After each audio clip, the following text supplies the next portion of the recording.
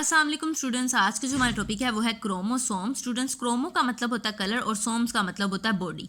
Chromosomes को हम कहते हैं कलर बॉडी। कलर बॉडी हम क्यों कहते हैं? क्योंकि जब भी कोई भी स्टेन या कोई भी डाई जो है वो क्रोमोसोम के ऊपर डाला जाता है तो क्रोमोसोम्स अच्छे से इसको अब्जॉर्ब कर लेते हैं। न्यूक्लियस जो होता है वो डार्कली स्टेन्ड होता है विद बेसिक डाई। क्यों? क्रोमेटिन मटेरियल की वजह से। ड्यूरिंग सेल डिवीजन की बात करें तो जो क्रोमेटिन मटेरियल होता है वो कन्वर्ट हो जाता है darkly stained thread like structure में, जिसको हम कहते हैं क्रोमोसोम।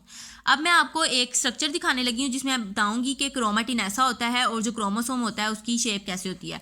अब ये स्टूडेंट्स, ये स्ट्रक्चर है न्यूक्लियस का, जिसमें ये न्यूक्लियोप्लाज्म के अंदर ये जो नेटवर्क आपको नजर आ रहा है ये है क्रोमेटिन। और क्रोमेटिन जो होता है वो ड्यूरिंग नॉन डिवाइडिंग स्टेज यानी सेल डिवीजन जब नहीं हो रही होती तब मौजूद होता है, लेकिन जैसे ही सेल डिवीजन होती है तो यही क्रोमेटिन जो है वो कन्वर्ट हो जाता है क्रोमोसोम में।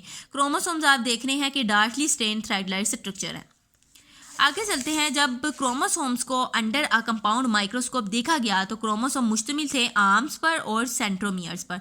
आर्म्स स्टूडेंट्स कहते हैं क्रोमेटिड्स को और सेंट्रोमियर्स पे मुश्तमिल थे ये, ठीक है। आर्म्स का दूसरा नाम क्या है? क्रोमेटिड। सेंट्रोमियर की सबसे पहले बात करते हैं। सेंट्रोमियर एक ऐसी जगह होती है क्रोमोसोम पे जहाँ पर स्पिंडल फाइबर जाके अटैच होते हैं ड्यूरिंग सेल डिवीजन, ठीक है। जहाँ पर स्पिंडल फाइबर जाके अटैच होते हैं वो कौन सी जगह है? सेंट्रोमियर है। क्रोमेटिड्स की बात करें तो हर क्रोमोसोम जो है वो कंसिस्ट होता है identical chromatids at the beginning of cell division, यानी जब सेल डिवीजन स्टार्ट होने लगती है उसके शुरू में जो हर क्रोमोसोम है एक सिस्टर क्रोमेटिड पर मुश्तमिल होता है। Each chromosome consist of sister और आइडेंटिकल क्रोमेटिड।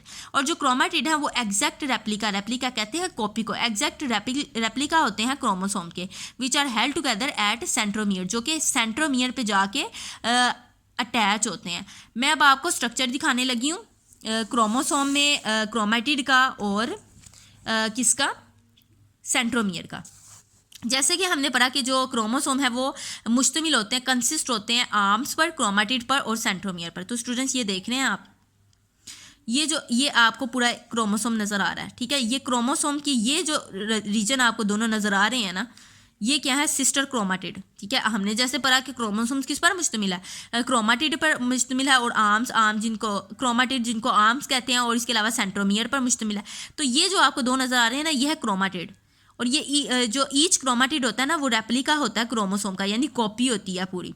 ये सिस्टर क्रोमेटिड्स हैं। और ये जो दरमियान में आपको नजर आ रहे हैं सेंट्रोमियर है ये, ठीक है। सेंट्रोमियर कौन सी जगह है? जहां पर जाकर स्पिंडल फाइबर अटैच होते हैं ड्यूरिंग सेल डिवीजन।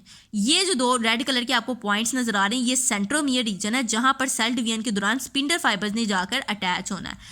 तो आगे चलते हैं हम क्रोमोसोम की कंपोजिशन की तरफ। स्टूडेंट्स, जो क्रोमोसोम है ना वो डीएनए और प्रोटीन से मिलकर बने होते हैं, और जितनी भी इंफॉर्मेशन होती है सेल को कंट्रोल करने के लिए, जो भी एक्टिविटीज़ होती हैं जो नेसेसरी होती हैं और जितनी भी अहम इंफॉर्मेशन होती है वो क्रोमोसोम पर मौजूद होती है in the form of jeans.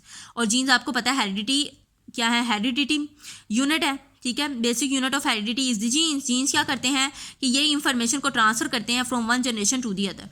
अब नंबर ऑफ क्रोमोसोम्स की अगर बात करें तो हर जो स्पीशी है, मतलब जो जितने भी इंडिविजुअल हैं of the same species remain constant, ठीक है। जो नंबर ऑफ क्रोमोसोम है in all individual of same species के वो कांस्टेंट रहते हैं जनरेशन आफ्टर जनरेशन, वो नहीं तब्दील हो सकते। फॉर एग्जांपल जैसे मैन की अगर बात करूँ तो उसमें नंबर ऑफ क्रोमोसोम है 46, ये 46 ही रहेंगे। ये क्या है? कांस्टेंट है, ये कांस्टेंट ही रहेंगे। फ्रॉग की बात करें, फ्रॉग में 26 हैं, चिंपैंजी में 48 होते हैं। आप ये देखें कि मैन में 46 हैं, यानी 2 क्रोमोसोम के इजाफे से जो है चिंपैंजी जो है चिंपैंजी में क्या है मौजूद है क्रोमोसोम किस तादाद में? 48, ठीक है। नंबर ऑफ क्रोमोसोम कितने हैं? 48 हैं। गार्डन पी की बात करें उसमें 14 है, फ्रूट फ्लाई में 8 है, ऑनियन में 16 है, जबकि पोटैटो में भी क्या है? 48 है। चिंपैंजी में और पोटैटो में दोनों में 48 क्रोमोसोम मौजूद है।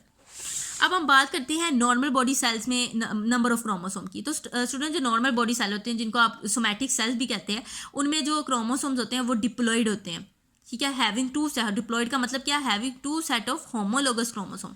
इनके पास 2 सेट होते हैं होमोलोगस क्रोमोसोम्स के, ठीक है।